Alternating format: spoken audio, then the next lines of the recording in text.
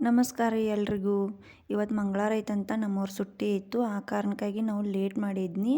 ನಮ್ಮ ಮಮ್ಮಿಗೆ ಹಸಿವಾಗಿದ್ದು ಕಾರಣಕ್ಕಾಗಿ ನಾನು ನಾಷ್ಟಕ್ಕೂ ರೆಡಿ ಮಾಡಿನಿ. ನಾಷ್ಟ ಜೊತೆಗೇನು ನಾನು ಬಾಜಿ ಕೂಡ ಮಾಡಿನಿ.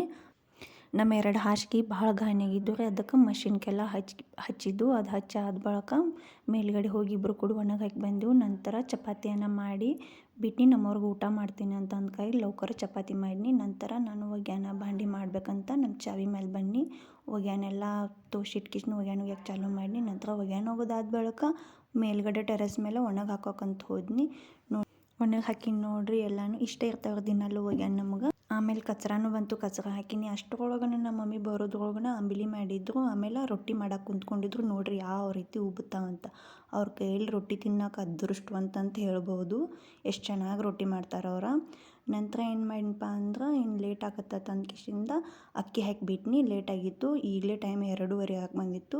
ಅದನ್ನ ಊಟ ಮಾಡಿದ್ವಿ. ಊಟ ಆದ ಬಳಿಕ ಭಾಂಡೆ ಎಲ್ಲ ತೊಳೆದು ನಂತರ ಏನು ಮಾಡಿದ್ವಿ, ಕೊನೆಗೆ ಪರ್ಶಿಯನ್ನ ಒರೆಸ್ಬಿಟ್ನಿ. ಮುಗೀತು ಇವತ್ತು.